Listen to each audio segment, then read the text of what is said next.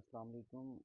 अच्छा स्टूडेंट, आपने इस टाइप के जो क्वेश्चन करने हैं ना फैक्टराइजेशन से, अगर तो कोई भी मेथड मेंशन नहीं होगा तो फिर आप इसको मल्टीप्लाई अंदर कर दें और डिवीजन मेथड से सॉल्व कर लें। लेकिन अगर फैक्टराइजेशन मेथड से होगा तो ये अच्छे से क्वेश्चन सॉल्व करें, क्योंकि ये डिमांड करते हैं कि इनको ज़्यादा दफ़ा लिखें।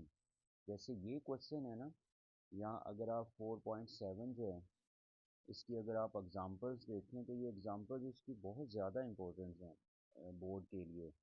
तो इन एग्ज़ाम्पल्स को भी आपने इसी पैटर्न पे सॉल्व करना है। ये ज़रूर आपने सॉल्व करनी है ये 4.7 की बोर्ड के लिए। तो अब आप इसमें देखें ना, जैसे ये क्वेश्चन नंबर 4 है, आपने कहा है कि इसको सॉल्व करें, तो इसमें कंफ्यूजन हो रही है। तो इसके अंदर ना आप इसका कंप्लीट स्केयर बनाएंगे, क्योंकि इसके अंदर ना इसका कंप्लीट स्केयर नहीं बन रहा है, ना इसकी मिड टर्म ब्रेक हो रही है। तो इसके अंदर अगर आप देखें, ये जो फर्स्ट टर्म है इसका स्केयर लिखा हुआ है, लेकिन यहाँ जो टर्म है ये विदाउट स्केयर है। तो इसके लिए इसको लेट करना होगा, ठीक है। यहाँ ये जो जिसकी पावर कम है ना, इसको हम लेट करेंगे किसी भी वेरिएबल के equal, a minus 1/a equal to y, ठीक है। इसको सबसे पहले लेट कर लेंगे, तो इसको लेट कर लिया और इसका नाम रख दें लेट से। इस एक्सप्रेशन का जो नेम है वो स्टेरिक है। तो सबसे पहले इसको लेट करेंगे, ठीक है। फिर इसका होल का स्केयर लेंगे बोथ साइड पे, ए माइनस 1/a इसका square equal to y square. फिर क्योंकि यहाँ जो ये एक्सप्रेशन लिखा है ना, एक्चुअली ये इसका फार्मूला ओपन करके लिखा हुआ है। तो यहाँ इसका स्केयर है, ठीक है। इसका स्केयर आपको ओपन करना पड़ेगा, फिर इसकी वैल्यू आएगी।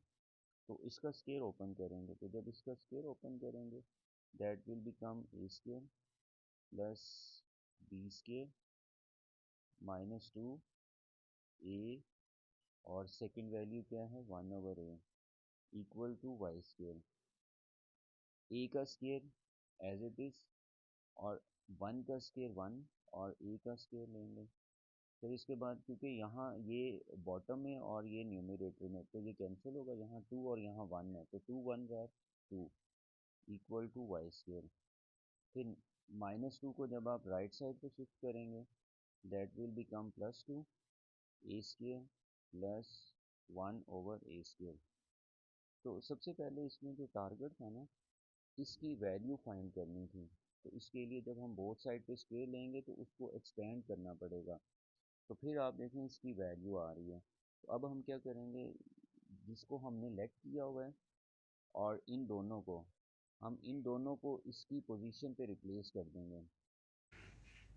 इसके अंदर इनकी वैल्यूज़ जो है ना, इसको हम इसमें रिप्लेस कर देंगे, ठीक है। तो यहाँ पे जो लेट किया होगा ना इस वैल्यू को, और इसके बाद जब हम इसका ये फार्मूला ओपन करेंगे इस वैल्यू को, फर्स्ट और सेकंड को, इनको रिप्लेस कर देंगे। जो हमारे पास यहाँ स्टार्ट के ऊपर एक्सप्रेशन लिखा है ना, इसमें पुट कर देंगे। तो यहाँ पे देखें, जब इसकी जगह पे हमने इसकी वैल्यू रिप्लेस करनी है, मतलब ये होल जो है ना ये इसके इक्वल है, तो इसकी जगह आपने इसको लिखना है, ठीक है। इसकी वैल्यू रिप्लेस करनी है, इसकी जगह आपने इसको लिखना है। तो ये क्या बन जाएगा वाई स्केयर प्लस 2, और यहाँ पे क्या आएगा -8y प्लस 14। एक्चुअली हम इसको इसलिए लेट करके पुट कर रहे हैं क्योंकि इसका कंप्लीट फार्मूला नहीं बनता था, ना इसकी मिड टर्म ब्रेक होती थी। तो इसके लिए हमें यहाँ पे सपोज करना पड़ा। सपोज करके देखें, जब हमने वैल्यूज़ रिप्लेस की तो अब इसकी मिड टर्म भी ब्रेक हो सकती है और इसका फार्मूला भी अप्लाई हो सकता है। 14 और +2 16 हो जाएगा। तो एक्चुअली इस एक्सप्रेशन की मिड टर्म ब्रेक होती है और फार्मूला भी लगता है, तो हम इसका फार्मूला भी अप्लाई कर सकते हैं। ए स्केयर प्लस बी स्केयर, और यहाँ पे क्या आएगा -2, और यहाँ ए मीन वाई, और यहाँ 4। तो एक्चुअली 4 को 2 से मल्टीप्लाई करें 8 बनता है, तो ये फार्मूला बन गया। तो इसको क्लोज़ कर देंगे, a माइनस बी का होल स्केयर, ठीक है। तो मेन टारगेट होता है यहाँ पे स्केयर लेके आना। तो अब स्केयर कंप्लीट आ गया तो इसका स्केयर रूट ले लेंगे और स्केयर रूट कैंसिल हो जाएंगे और यहाँ पे क्या आएगा प्लस माइनस वाई माइनस 4।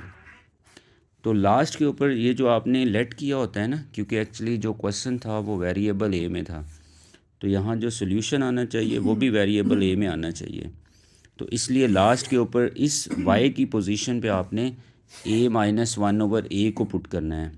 ठीक है, इस y की जगह पे a माइनस 1/a को पुट कर देंगे तो ये इसका सोल्यूशन आएगा।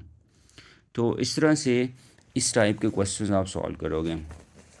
मैं आपको फिर बता दूं, इसमें ये जो इसकी एग्ज़ाम्पल्स हैं, जैसे ये एग्ज़ाम्पल है, इसको भी जैसे इसमें जस्ट उसने स्क्वायर रूट लिखा है तो आप इसका फार्मूला ओपन कर दें, -4 को अंदर मल्टीप्लाई कर दो, तो आप इसको डिवीजन मेथड से सॉल्व कर लें, वो इजीली सॉल्व होगा।